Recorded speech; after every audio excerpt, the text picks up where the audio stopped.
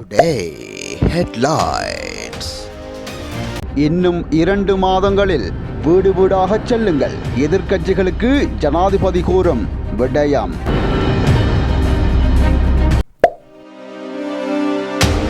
மதத்தலங்களுக்கு பலத்த பாதுகாப்பு, கண்காணிப்பில் ஆயிரக்கணக்கான புலனாய்வு அதிகாரிகள்.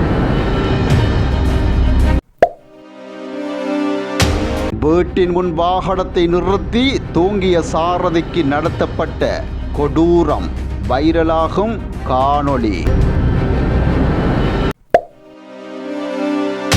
அல்துமுல்ல பகுதியில் இன்று காலை ஏற்பட்ட பெரும் அனர்த்தம், அவசரமாக வெளியேற்றப்பட்ட மக்கள். தொடர்வது விரிவான செய்திகள். மறக்காமல் சப்ஸ்கிரைப் பண்ணிவிட்டு செய்திகளை பாருங்கள். எதிர்க்கட்சி உறுப்பினர்களே, பேரிடரால் பாதிக்கப்பட்ட மக்களுக்கு உதவி கிடைக்கவில்லை என்றால் இன்னும் 2 மாதங்களில் வீடு வீடாக செல்லுங்கள். இப்போதைக்கு அனர்த்த முகாமைத்துவ குழு கூட்டத்துக்கு வருகை தாருங்கள் என ஜனாதிபதி அனுர்குமார் திசாநாயக்க தெரிவித்துள்ளார். மக்களின் வாழ்க்கையை மீண்டும் கட்டியெழுப்பதற்காகவே 500 மில்லியன் ரூபாய் குறைநிரப்பு பிரேரணை சமர்ப்பிக்கப்பட்டுள்ளது. அதன்படி 700 பில்லியன் ரூபாவுக்கும் அதிகமான தொகை அதற்காக ஒதுக்கப்பட்டுள்ளது என ஜனாதிபதி மேலும் தெரிவித்திருந்தார். நாடாளுமன்றத்தில் நேற்று உரையாற்றும் போது அவர் இந்த விடயத்தினை குறிப்பிட்டுள்ளார். பதுளை அல்துமுல்ல போலீஸ் பிரிவுக்குட்பட்ட பின்னலந்த பகுதியில் பாரிய பாறையொன்று சரிந்து விழுந்தமையினால் 6 குடும்பங்களைச் சேர்ந்த 11 பேர் இன்று காலை தங்கள் வீடுகளிலிருந்து வெளியேற்றப்பட்டுள்ளனர். அல்துமுல்ல போலீஸ் பொறுப்பதிகாரி அசேல இந்துனில் ரத்நாயக்க இதனை தெரிவித்துள்ளார். இதன் காரணமாக வெளியேற்றப்பட்ட மக்கள் உறவினர்களின் வீடுகளில் தங்கியுள்ளதாகவும், தேசிய கட்டட ஆராய்ச்சி நிறுவனம் வந்து அந்த இடத்தை ஆய்வு செய்யும் வரை தங்கள் வீடுகளுக்கு திரும்ப வேண்டாம் என்றும் அறிவுறுத்தப்பட்டுள்ளதாகவும் தெரிவிக்கப்பட்டுள்ளது.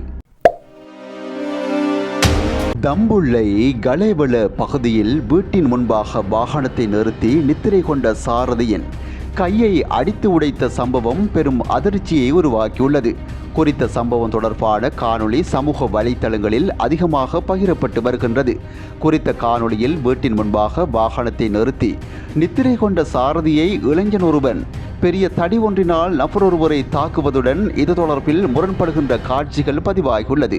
சம்பவத்தின் போது தாக்கப்பட்ட நபரின் கைகளில் பலமான காயம் ஏற்பட்டிருப்பதையும் குறித்த நபர் வலியால் துடிப்பதையும் காண முடிகிறது. சம்பவத்தின் போது தாக்குதலை ஏற்படுத்திய நபர் அச்சத்தை ஏற்படுத்தும் வகையில் நடந்து கொள்வதையும் குறித்த காணொளியில் காண முடிகின்றது. சாதாரண விடயங்களுக்காக இதுபோன்று மிலேச்சத்தனமாக தாக்குதலில் ஈடுபட்ட நபர்களுக்கு எதிராக சட்ட நடவடிக்கை எடுக்கப்பட வேண்டும் என பலரும் கோரிக்கை விடுத்துள்ளனர். எதிர்வரும் பண்டிகை காலத்தில் மத வழிபாட்டு தலங்களுக்கு விசேட பாதுகாப்பு திட்டம் ஒன்றை நடைமுறைப்படுத்த நடவடிக்கை எடுக்கப்படும் என போலீசார் தெரிவித்துள்ளனர். இதற்காக பெருமளவான மேலதிக போலீஸ் உத்தியோகத்தர்கள் கடமையில் ஈடுபடுத்தப்பட உள்ளதாக போலீஸ் ஊடக பேச்சாளர் உதவி போலீஸ் அத்தியட்சகர் FU உட்லர் கூறியுள்ளார். இன்று காலை நடைபெற்ற ஊடக சந்திப்பில் கலந்து கொண்டு போலீஸ் ஊடக பேச்சாளர் இதனை தெரிவித்துள்ளார். இதற்கமைய பண்டிகை காலத்தில் மத வழிபாட்டு தலங்கள் மற்றும் பல்வேறு மத நடவடிக்கையில் ஈடுபடும் பொதுமக்களின் பாதுகாப்பை உறுதி செய்ய போலீசார் நடவடிக்கை எடுத்துள்ளனர். இதற்காக சிவில் உடையில் போலீஸ் உத்தியோகத்தர்கள் மற்றும் புலனாய்வு பிரிவு அதிகாரிகளும் ஈடுபடுத்தப்படுவார்கள் என்றும் அவர் கூறியுள்ளார்.